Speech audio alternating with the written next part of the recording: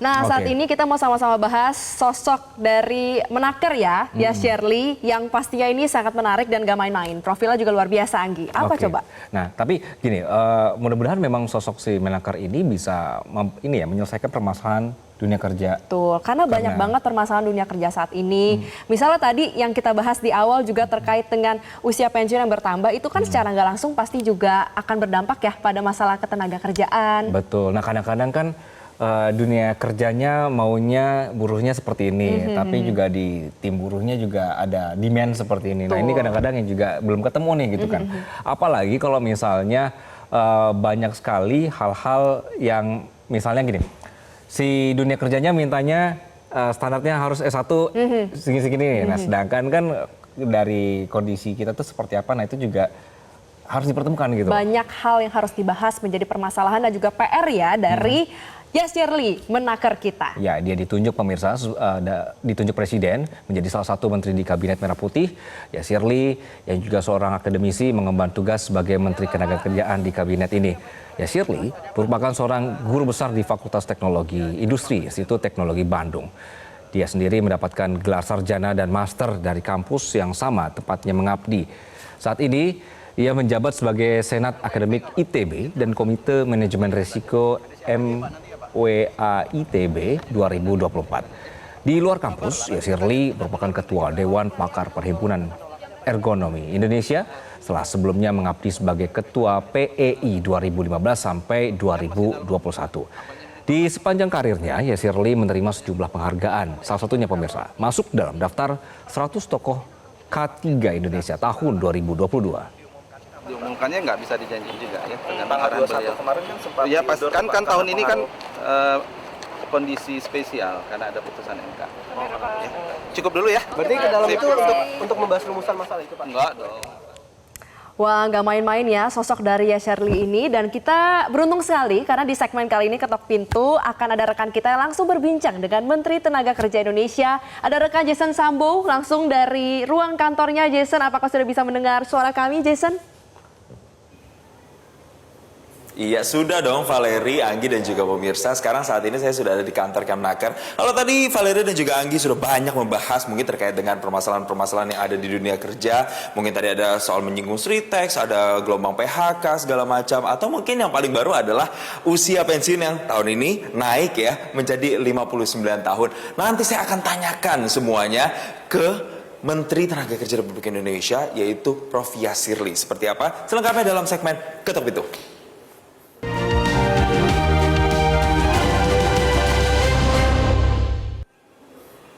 Langsung aja kalau gitu pemirsa, kita ketuk pintunya ruangan kerjanya. Halo, selamat pagi Pak. Selamat pagi dengan Jason dari Metro TV. Izin ya Pak ya? Oke. Mau ketemu Pak Menteri ya? Assalamualaikum. Ayo pemirsa kita ikut. Ya, kita mau langsung menyapa Pak Menteri di sini. Pak Menteri, selamat pagi. Assalamualaikum Mas Jason, Pak. apa kabar? Kabar baik Pak, sehat. Bapak sehat Pak? Sehat, alhamdulillah. Ini lagi ngapain Pak kalau boleh tahu Pak? Ini kita barusan briefing terkait dengan agenda-agenda saya besok sama sampai akhir minggu. Oke. Agenda yang diselenggarakan sama Menaker juga para stafnya. Ini ganggu nggak di Pak kalau Metro TV datang pagi-pagi? Dengan senang hati. Datang pagi-pagi. Dengan senang hati. Dengan senang hati ya Pak ya. Alhamdulillah kalau gitu ya kita main-main ya Pak ya. Semangat ya. Izin ya Bapak-bapak, Ibu-ibu untuk main ke kantornya ya Pak ya. Jadi boleh nggak Pak kalau saya kasih lihat ke pemirsa ini tuh ruangan apa sih Pak sebenarnya Pak? Ini ruang protokol kementerian. Di sini ada dua kasubag. Yang pertama itu protokoler, yang kedua itu adalah tata usaha. Oke. Jadi sinilah ya, terkait tentang administrasi, terutama terkait tentang jadwal anggaran, terkait tentang jadwal. Ya, kelihatan wajahnya sibuk-sibuk. Jadi semua agenda Bapak itu dibantu sama teman-teman yang ada di sini juga ya Pak ya. Agenda dan administrasi semua. Oke, Terkait tentang kesekretariatan juga. kesekretariatan itu juga masuk ke teman-teman yang Iya. dikerjakan di sini ya. Karena kita ngomongin soal namanya juga ke kantor Kemnaker ya, Menteri Tenaga Kerja. Mereka ini juga kita lihat kan sedang bekerja juga ya, orang-orang para pekerja. Tentunya kita akan membahas soal pekerja juga nih Pak. Siap. Selama jadi menteri Pak, sampai nanti 100 hari. Orang kan pasti selalu membahas 100 hari, 100 hari, 100 hari. Tapi kalau menurut Pak Yasirli sendiri, apa sih Pak tantangan terbesar di dunia tenaga kerja Indonesia saat ini Pak? Yang harus dibenahin, yang jadi PR? Iya, tantangan. Mau diskusi di sini apa diskusi Di sini dulu aja Di Pak. sini dulu. Iya, biar teman-teman juga bisa ikut diskusi kalau ada pendapat mungkin. Kita itu punya tantangan saat ini, ya tantangan saat ini kan memang kondisi industri kita sedang tidak baik ya. Jadi memang ekonomi kemudian global membuat daya saing industri kita memang sedang teruji, ada terkait dengan PHK dan seterusnya. Itu tantangan saat ini. Walaupun masalah PHK ini bukan hanya domainnya Kementerian Ketenagakerjaan, tapi kami sebagai yang berada di hilir kita harus bisa memitigasi ketika terjadi itu, atau bahkan kita harus bisa melakukan komunikasi, advokasi kepada kementerian terkait. Ayo wake up, ini adalah masalah kita bersama. Dan yang kedua tantangan terbesar itu adalah kita menyiapkan tenaga kerja kita untuk siap menyambut tantangan masa depan. Disinilah peran Kementerian Tenaga Kerja itu untuk melakukan skilling, reskilling, karena kondisi masa depan tentu berbeda dengan kondisi saat ini. Betul, persiapan SDM-nya ya Pak, ya juga yang jadi penting ya. Termasuk teman-teman yang di belakang ini juga ya berarti ya. Mereka lebih support di kementerian ini administrasi. Dimulai dari sini begitu ya Pak ya. Tapi kalau kemarin Pak, data yang paling baru teranyar itu disebutkan oleh Bu Sri Mulyani, Menteri Keuangan. Katanya sih data pengangguran kita tuh turun Pak. Dari 2023 itu kan sekitar 5,4%. Terus sekarang di tahun 2024 yang kemarin maksud saya itu jadi 4,9%. Ya. Kemudian ciptaan lapangan pekerjaan baru itu juga lebih luas lagi, nambah sekitar 4,8 juta lapangan pekerja baru. Nah, kalau melihat data seperti ini, apakah ini kemudian menjadi sebuah good sign untuk dunia tenaga kerja di Indonesia, Pak? Good sign tentu, tapi kita juga harus aware bahwa kondisi ini dinamis ya. Jadi kita harus juga melihat kondisi ekonomi dunia seperti apa, dan ini permasalahan kalau kita terkait tentang adanya kontraksi di industri terutama padat karya itu tidak hanya di Indonesia, di negara lain juga sama, dan kita harus mitigasi itu. Ya. Tapi yang tadi good sign benar ya. Jadi dari satu sisi kita melihat kita punya tantangan, di sisi lain sebenarnya industri itu to some extent dia juga tumbuh sebenarnya. Nah, sektor-sektor mana sih Pak sebenarnya yang kemudian paling dalam tanda kutip begitu ya, seksi mengalami pertumbuhan begitu dan paling bersumbangsi untuk penyerapan tenaga kerja di Indonesia, Pak? Dalam beberapa hal industri yang sifatnya hilirisasi, walaupun itu menjadi sebuah goal besar Pak Prabowo, sebenarnya itu sudah mulai ada. Gitu ya. Jadi industri pengolahan itu bagus perkembangannya. Kemudian beberapa industri yang kemudian mengarah kepada digitalisasi, ya, kemudian mengarah kepada teknologi digital platform itu juga tumbuh. Itu tumbuh ya Pak ya? Juga. Oke. Tapi walaupun tadi dibilang katanya turun datanya, data penganggurannya sekitar menjadi 4,9%. 4,9. Tapi apa nih Pak PR? Tetap kan masih ada 4,9%. Apakah ini jumlah yang cukup besar atau mungkin Kementerian Tenaga Kerja punya target lagi untuk bisa menurunkan lagi Pak tahun ini Pak? Tadi kalau menurunkan angka pengangguran kan saya katakan bukan hanya di Kementerian Ketenagakerjaan. Ada stakeholder lain juga ya Pak ya? Jadi artinya kan pengangguran itu karena daya saing industri kita, investasi kita yang mungkin harus lebih kita tingkatkan. Kemudian industri itu juga ada industri manufaktur, pertanian, pariwisata kita seperti apa. Padahal kita punya potensi pariwisata di situ untuk merekrut tenaga kerja yang luar biasa. Jadi itu harus ya kita lihatnya secara menyeluruh nanti. Baik, mungkin salah satu juga yang bisa kita katakan menstimulasi begitu ya pendapat tenaga kerja dan memaksimalkan para pekerja di Indonesia adalah dengan kenaikan UMP. Itu sudah ada permenakernya ya Pak ya. Itu naiknya kalau nggak salah 6,5% ya Pak per tahun 2025 di baik semua tingkatan kabupaten, kota dan juga provinsi juga Pak. Tapi banyak juga yang kemudian kayaknya agak sulit untuk menerima, terutama kaum pengusaha yang menganggap, aduh agak kebesaran nih kalau untuk harus membayarkan segitu. Jadi akhirnya harus ada gelombang PHK lagi. Nah itu gimana tuh Pak solusinya Pak?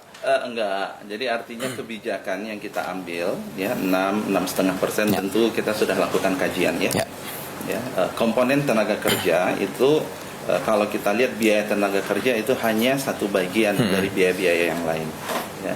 Kita sudah banyak melakukan kajian. Ya. Penetapan angka itu juga kita sudah lihat historis sejak COVID. Berapa sih histori kenaikan upah selama ini? Kemudian kita juga lakukan mitigasi sebenarnya. Ya. In case kalau memang ya dan akhirnya kita tetapkan 6,5 ini, apa yang kemudian respons kita, sehingga ada kebijakan insentif yang digulirkan oleh pemerintah, ya artinya kita harus melihat itu sebagai satu kesatuan, Mas Jason. 6,5% itu dianggap sudah proporsional, sudah apa ya, melihat berbagai perhitungan ya Pak ya? Hasil kajian, pertimbangan, dengan lihat historis, dengan lihat kondisi itu sudah kita pertimbangkan semua. Nah itu kalau dari sisi si pengusaha, kalau dari si para pekerja ada yang menerima, tapi ada yang 6,5% nggak berasa, ada inflasi bareng-bareng semua naik, itu gimana tuh Pak? Ya jadi gini, saya sering sampaikan ya masalah upah minimum ini masalah klasik yang akan pernah selesai gitu ya. Jadi pengusaha minta kemudian tinggi, pengusaha minta serendah-rendahnya, kemudian pekerja itu minta setinggi-tingginya. Sinilah sebenarnya peran pemerintah. Ya, jadi pemerintah harus melihat secara objektif, gitu ya, bagaimana kondisi industri kita mau kemana, bagaimana ya potret UM kita saat ini, bagaimana ya kalau kita bicara upah minimum itu kan kita bicara terkait tentang kehidupan ya kebutuhan hidup layak gitu ya, seperti apa, kemudian kita lihat juga industri daya saing kita seperti apa saat ini, kalau naiknya seperti ini, industri apa yang mungkin akan terdampak dan seterusnya, yaitu kita harus lihatnya secara komprehensif. Baik Pak, ini sebelum kita berlanjut lagi Pak, karena tadi ngomongin lapangan pekerjaan, kemudian juga ada ancaman gelombang PHK juga mungkin akibat penerapan dari kenaikan UMP 6,5%.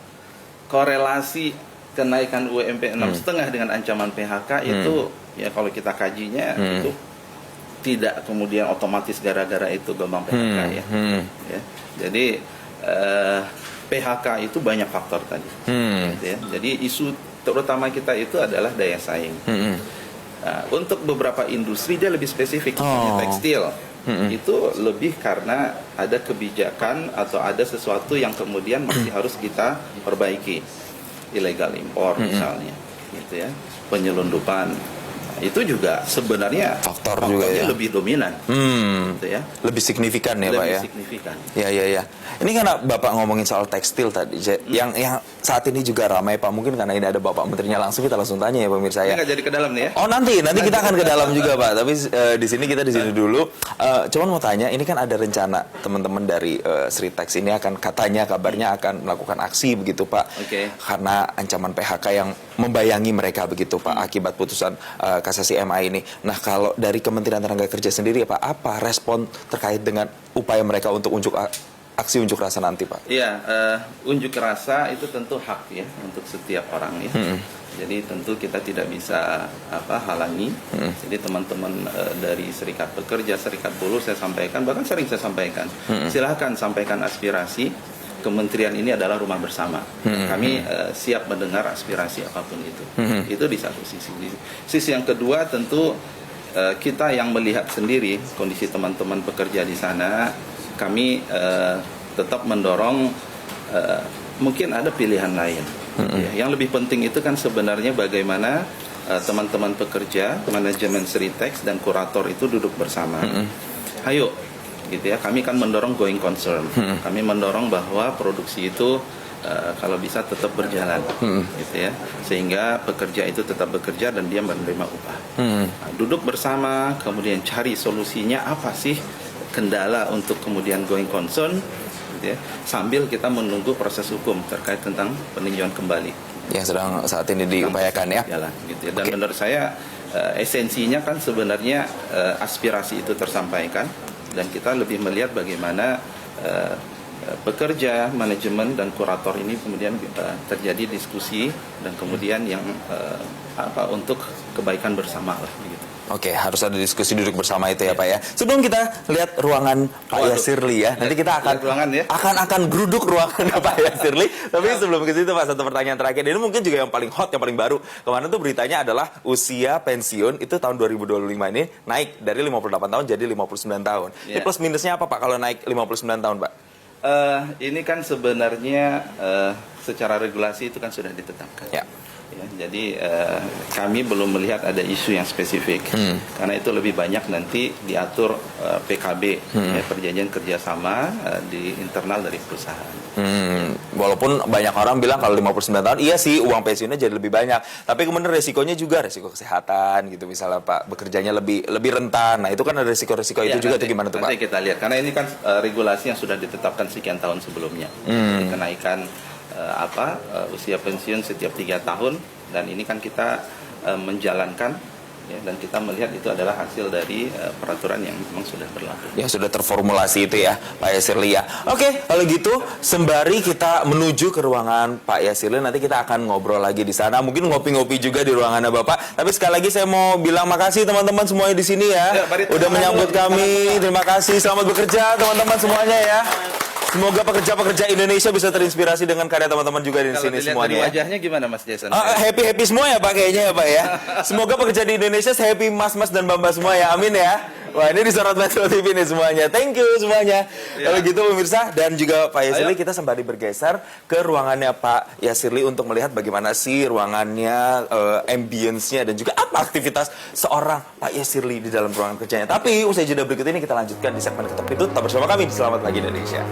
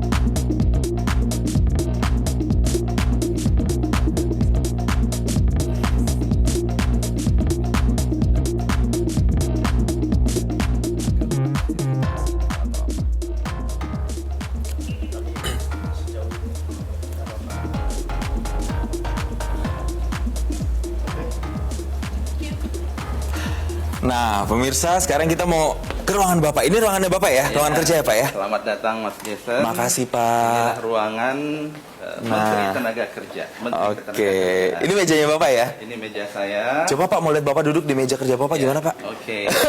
Ya. Ya, Wah. saya duduk di sini. Hah? Yang pertama itu, ini sedikit nih tumpukannya. Biasanya banyak nih. Dokumen-dokumen apa nih, Pak? Yang harus ditandatangani nih, Pak? Surat-surat masuk. Oh. Kemudian saya harus lihat satu persatu. Heeh. Kemudian itu untuk saya. Eselon 1. Oke.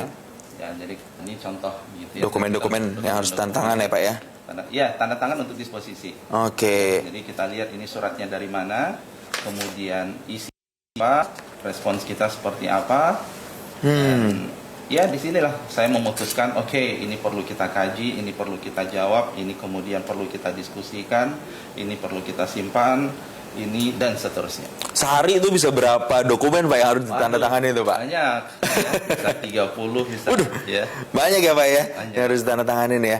Oke, tapi apa Pak rasanya seorang orang tuh kenalnya kan seorang guru besar ITB, terus tiba-tiba dilantik jadi Menteri Tenaga Kerja Republik Indonesia. Ada perbedaan yang begitu signifikan yang terasa di Bapak atau gimana Pak?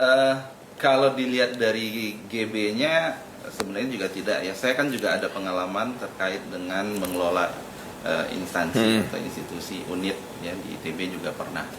Dan yang kedua sebenarnya selain guru besar, saya juga punya pengalaman jadi konsultan. Jadi konsultan itu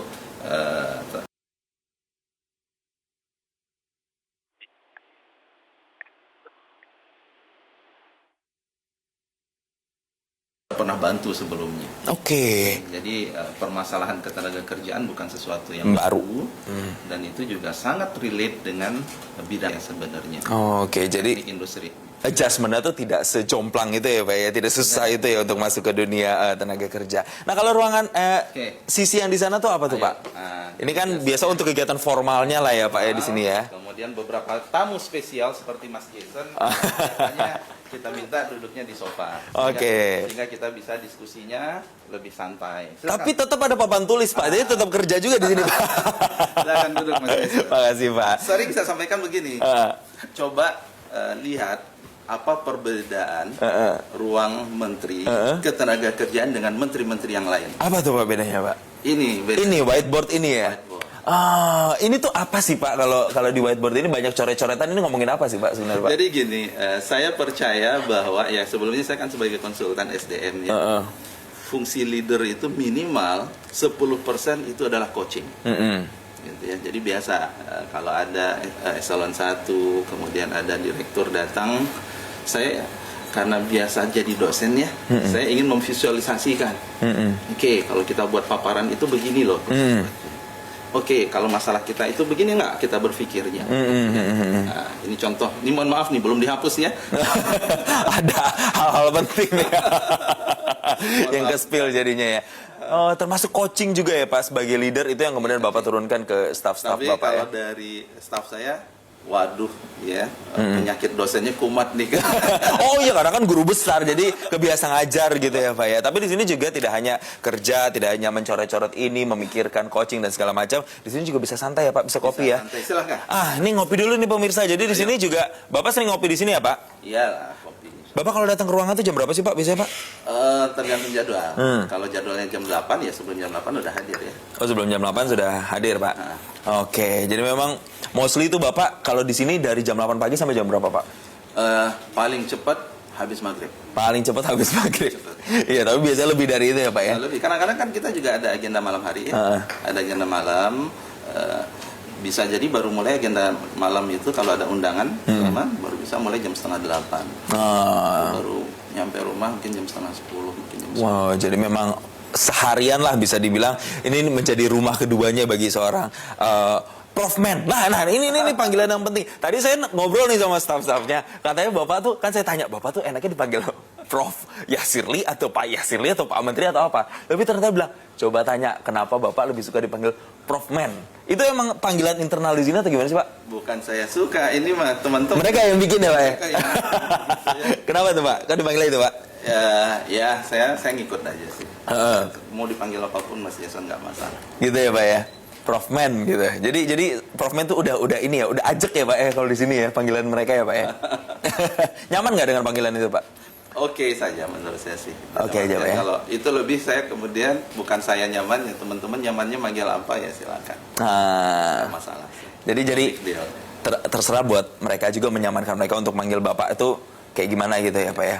Tapi Bapak kalau sebagai menteri yang tadinya seorang akademisi begitu ya Pak ya, terus sekarang jadi menteri, bagian dari pemerintahan, membawahi para staf-staf Bapak itu ingin dikenal sebagai menteri yang seperti apa sih Pak di bawah kepemimpinan Bapak di Kemenaker ini oleh staf-staf Bapak atau bawahan Bapak? Iya, sebenarnya kan kalau dari awal itu yang memang harapan dari masyarakat itu kan dari kalangan profesional teknokrat ya. Dan saya melihat ya itulah latar belakang saya dan itu juga menjadi tantangan saya. Jadi bagaimana mengelola kementerian ini secara profesional. Permasalahan-permasalahan yang kita hadapi terkait dengan ketenagakerjaan itu kita selesaikan dengan pendekatan teknokrat sehingga hopefully itu akan menjadi suatu terobosan-terobosan yang kemudian itu berdampak kepada bangsa ini.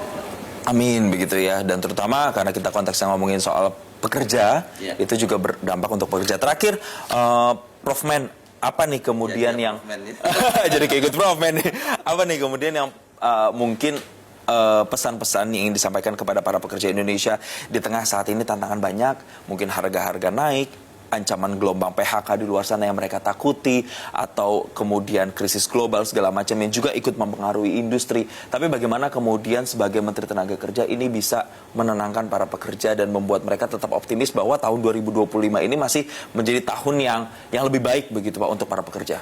Ya, jadi begini, pemerintah itu hadir untuk memberikan jaminan sosial kepada pekerja.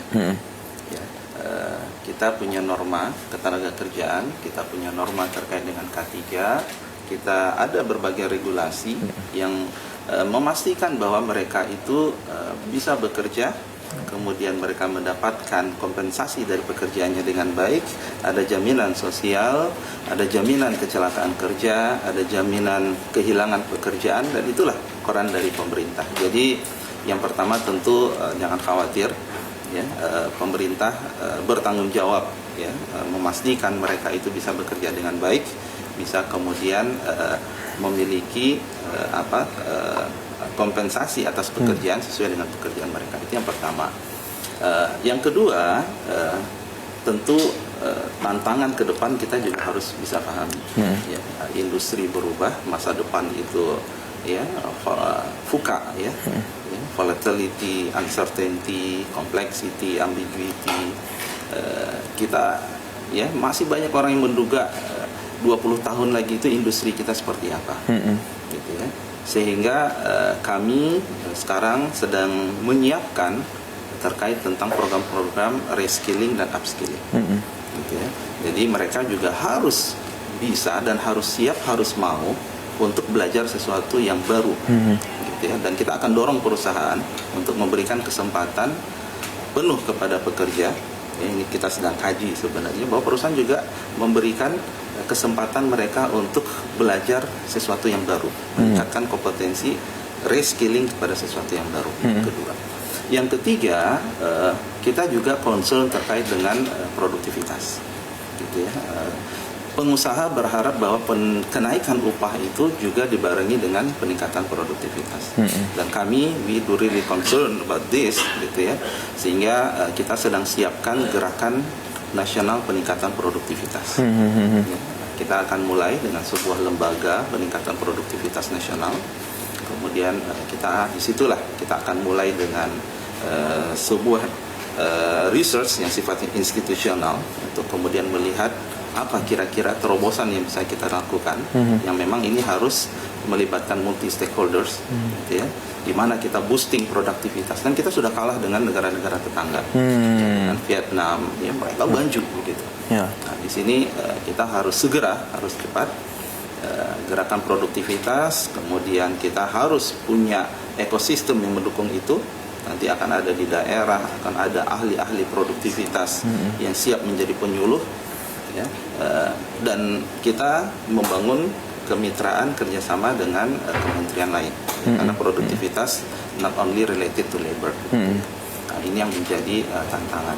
Dan yang terakhir, kami juga ingin menyampaikan bahwa nyambung dengan yang pertama tadi, gitu ya. Kita juga ingin wajah kementerian ini bertransformasi dari Ministry of Labor, kemudian yang sekarang banyak kita bahas itu adalah blue collar, efisiensi, ya, menjadi milestone yang pertama itu adalah Ministry of Workforce. Ya, kita mengelola sumber daya. Ya, sumber daya artinya kita melihat bagaimana potensi pemanfaatan teknologi dan seterusnya. Tapi mimpi besar saya itu adalah Ministry of Human Potential. Jadi bagaimana kemudian kementerian ini seperti HR-nya sebuah korporasi, gitu ya. Jadi kita menyiapkan SDM ke depan, ya, sini ada program dan seterusnya, sehingga profil tenaga kerja kita 20 tahun ke depan itu bukan kita lihat aja deh nanti, gitu. Tapi kita udah siapkan dari sekarang. Jadi kita udah lihat industri manufaktur tumbuhnya seperti apa, pertanian kita menuju kepada smart farming, ya, kemudian hilirisasi kita seperti apa, kita udah siapkan dari sekarang tenaga kerjanya, sehingga saya ya berharap kita nggak perlu lagi impor tenaga kerja asing di Indonesia. Karena bangsa kita itu siap dan bisa untuk mengerjakan itu, dan kita siapkan itu dari sekarang, Mas Iksan. Dengan tambahan akan terus bertambah juga. Semoga nanti tenaga kerja kita juga lebih bisa berdaya, lebih bisa bersaing dengan berbagai program dan mekanisme yang dilakukan oleh Kementerian Tenaga Kerja.